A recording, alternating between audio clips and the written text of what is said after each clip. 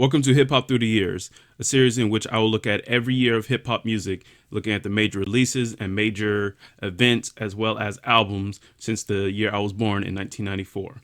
My name is Brian, and this is on the channel Sound Test.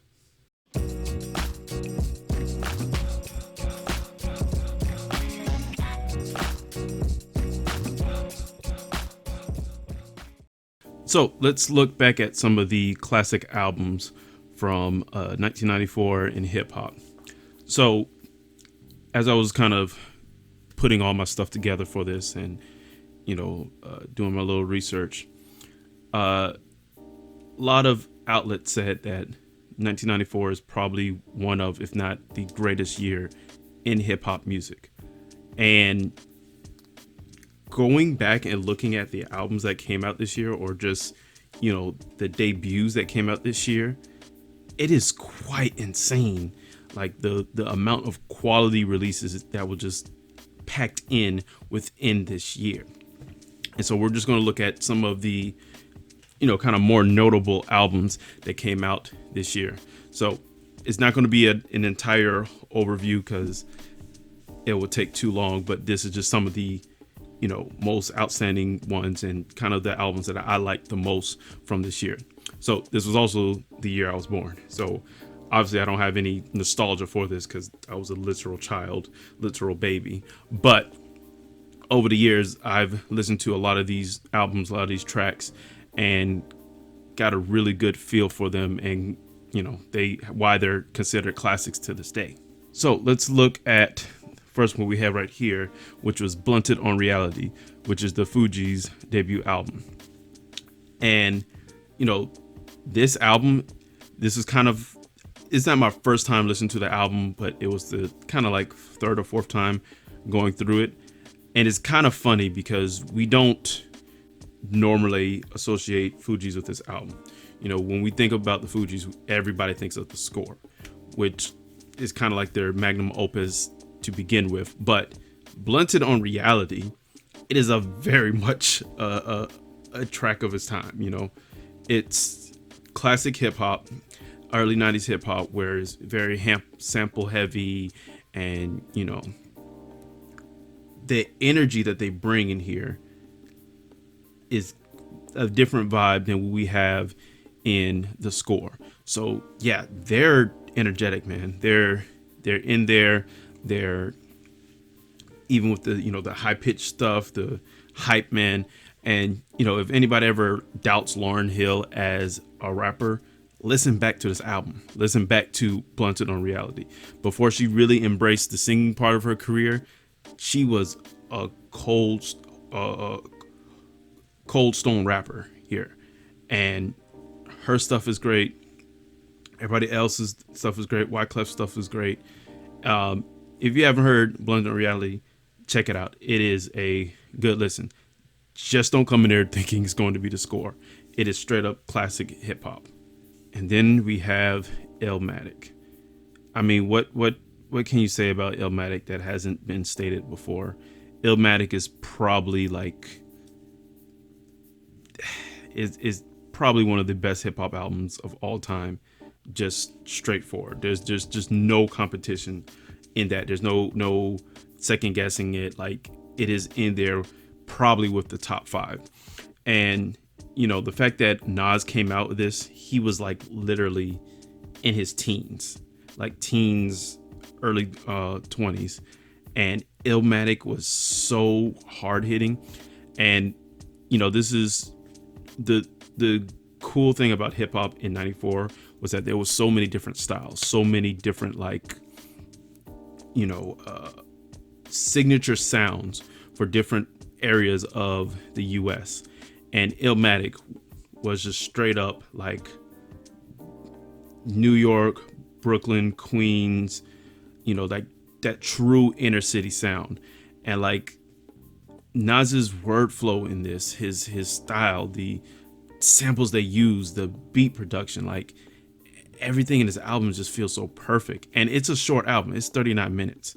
And that's including this intro, what is not even really a song. So it's like 9 tracks. And like every one of them is amazing. Like there's not a bad track in this album. And, you know, the fact that Nas was like this hungry, this talented, and like, you know, this impactful on his first album and this young cannot be overstated. If you've not heard Illmatic, you are doing yourself a disservice as a hip hop fan. You got to listen to Illmatic. And Southern Playalistic Cadillac Music, Outkast's debut album. So this is one of my personal favorites.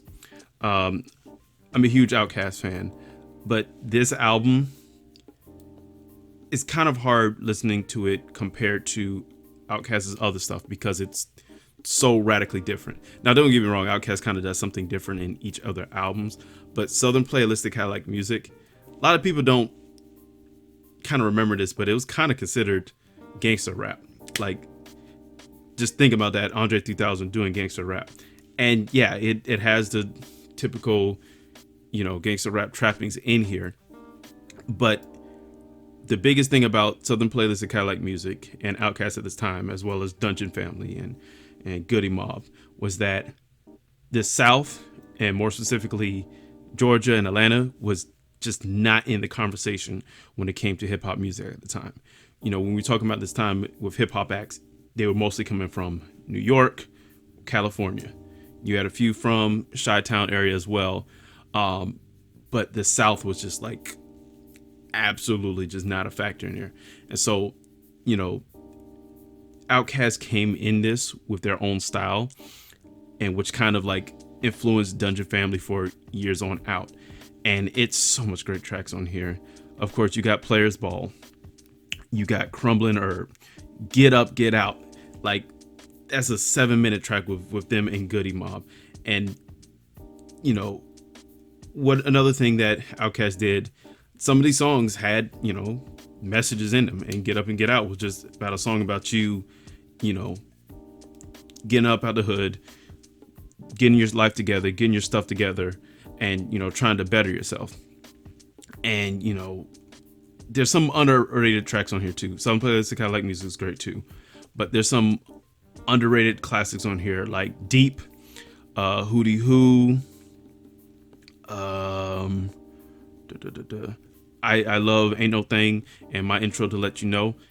You know, this album's a pretty solid album to listen through fully. There's a few parts that I definitely skip. Not a big fan of Claiming True or Funky Ride, but yeah, so the Playalistic Cadillac Music is an absolute classic as well. So Functified is an album that I actually didn't hear until very recently. So as I was getting my listening together for this, I never heard Functified. Matter of fact, I didn't even know Da Brat started this early in the 90s. And so I gave it a listen, and wow, this album is really good. Like, it is good. Real short album, 31 minutes. Pretty much, you know, you get in and get out. But man, it is a really solid album. You know, when people, you know, talk about Nicki and Megan Thee Stallion, like, yeah, you definitely have to give your props back to Da Brat. And, you know, this was very early So Def era with Jermaine Dupri. And yeah, you can kind of hear his influence here and there. And, you know, So Def's just kind of overall style at the time. But yeah, this is a really solid album, and I didn't expect me to like it. I really didn't. But yeah, really underrated classic in my opinion, Functified by Da Brat. Another New York classic from this era, Ready to Die by the Notorious B.I.G. or Biggie. So even this album cover is just so iconic. You know, this is the early 90s, so early to mid 90s. So kind of like everything in the 90s was so like in your face, or these weird fonts and these weird graphical designs. And like Ready to Die was such a statement of an album cover. All white background, baby version of Biggie, and black and red text on that white background. And just seeing that album cover just evokes just like memories and just the nostalgia of that. And this album was also Biggie's first album, which again is crazy. Big's first album, and Nas's first album, and Outkast's first album, and Da Brat's first album all came in this year. This was all their debut. And that is crazy to me because there's such quality for a first release and all that in the same year. And so, you know, we had classic on here like Big Papa and Juicy, but there's some great tracks on here as well.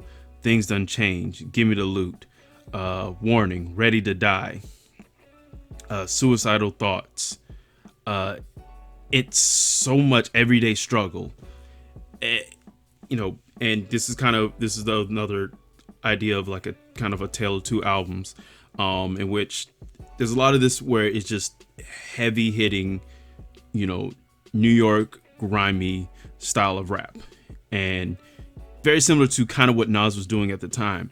But I feel like Nas was way more for the underground, because Biggie had those like really big commercial hits at the time as well, with like Juicy and Big Papa, and you know, kind of heavily influenced on these old R&B samples and R&B and funk samples, while Nas was kind of more just straight hard hitting. He was just strictly about the rap, and if it was underground, then it was going to be underground. But you know, Biggie has some really stellar tracks on here. So Ready to Die, that is awesome listen, and crazy how this came out in '94, man. Whew. Resurrection, man. This is definitely one of the underrated tracks, albums from Common. So this is Common's second album, and listening from his first album to his second album is such a drastic change. Common's first album was like very much hype hip hop, you know. Common had this kind of like high pitched thing he would do. All the tracks were like fast paced, and you know, he was like so much full of energy. But Resurrection was kind of like the complete opposite. You know, Resurrection was way more contemplative. Common was talking about life. He was talking about, you know, problems that he's going through, and it's just like track after track on this album is so good. Resurrection, I Used to Love Her, when he's talking about hip hop music. Book of Life, Nothing to Do, This Is Me, Orange Pineapple Juice. Like, it's such, and this was kind of like his early version of him defining his style. You know, Common eventually went into more of a neo soul type vibe, but Resurrection was the kind of like the first little sprinklings of that. The production on this was a complete change from his first album. This was a very chill song, very much so, you know, in the background type production, and his flow is way smoother and way more relaxed. It kind of feel like he's not trying too hard, but the wordplay, the lyricism, it's there, man. And Resurrection, definitely one of the more underrated albums from Common. The Main Ingredient also came out this year, Pete Rock and CL Smooth, and I don't got much to say about this, and that's not like a bad thing. It's what you expect from Pete Rock, you know. It's a real chill album. You know, it very much served that purpose of just playing in the background, chilling, and you know, just enjoying life, just being relaxed. It's a very chill record, and you know, that's kind of what you expect from Pete Rock and CL Smooth. Their tracks are not the ones to, you know, bring social change. They're not the ones to get you hyped. You know, it's just real chill, great sampling, great production. Yeah, Main Ingredient is a solid album. Blowout Comb from Digable Planets. This is another one album I kind of think that people kind of puts to the side when it comes to Digable Planets or just kind of hip hop as a whole. And this is another really solid album. So Digable Planets is real heavy on the Afrocentrism and black excellence and consciousness. And they play a lot with old school jazz themes, and they play a lot with Afrocentrism, poetry, and putting a lot of their signature sounds and ideas on uplifting the black community. And they do so in various different ways, various different styles. But yeah, Blowout Comb is definitely just a kind of sit back vibe type album where you kind of like, it's supposed to be inspirational in a sort of way to do better for the community and to uplift the black community. Yeah, so Blowout Comb, another solid album from this year. So I'm not a super huge Method Man fan, but To Call also came out this year, and it's a pretty solid record. Probably the thing that everybody knows the most is All I Need, which eventually got a remix with him and Mary J. Blige. And Method Man is just another kind of hard hitting, more so for the lyricism and kind of the battle rap nature of it all. Coming from Wu-Tang Clan, it's very grimy, very lyrics first. And, sometimes part of it, for me personally, just doesn't hit. But I can't deny the talent and what Method Man did with To Call. A few of my favorite tracks on here, of course, is All I Need to Get By, Bring the Pain, Release Your Death, Mr. Sandman, Meth versus Chef. All these are like pretty solid tracks. And also the same year we had Redman's album, Theirs Is a Dark Side. And Redman showed the kind of like chaotic nature of hip hop at the time. It's still very lyrics heavy, but it's also like he goes on these like random tangents where he will just like completely flip styles for like 10 seconds and then come back to that. And Redman is very comedic based, so you'll be listening to songs from this album and you just start laughing because like the punchlines are so funny, the lyricism is so funny, or like just the absurdity of the stuff that he says. So everything in 1994 kind of had his own style, and it's partly why I think people say that 1994 in hip hop music is probably the best, if not the best. So like just looking through all the crazy releases this year: Blunted on Reality, Illmatic, Southern Playlist of Cadillac Music, Regulate, G-Funk Era, Funkdafied, Ready to Die, Project Funk the World, Resurrection, Main Ingredient, Blowout Comb. Oh my God, it keeps on going on. And it's so much variety too. And I feel like that's one of the stronger parts about this era and why people will say that hip hop in 1994 is probably the best year in hip hop. There's almost a style for every, type subset of hip hop. You had the real conscious stuff with like Blowout Comb. You had this like new style with Southern rap with Outkast and Southern Playlistic Music. You had these core New York style hits with Illmatic and Ready to Die. Then you had like really funk heavy stuff with Regulate, the G-Funk Era by Warren G and Funkdafied, Project Funk the World. Then you had like some conscious stuff like with Common and Resurrection. You had classic chill beats and just classic hip hop sampling and styles with Pete Rock and CL Smooth. You had like this underground rap stuff with like JT the Bigger Figure.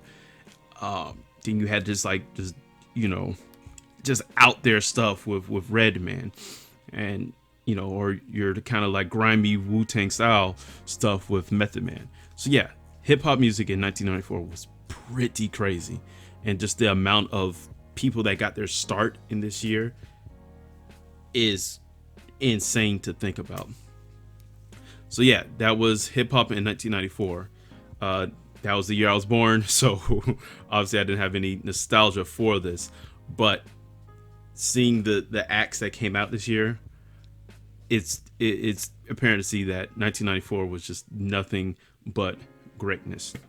So join me on the next time when we look at hip hop in 1995 as we continue to go through hip hop through the years. My name is Brian, and this has been Sound Test.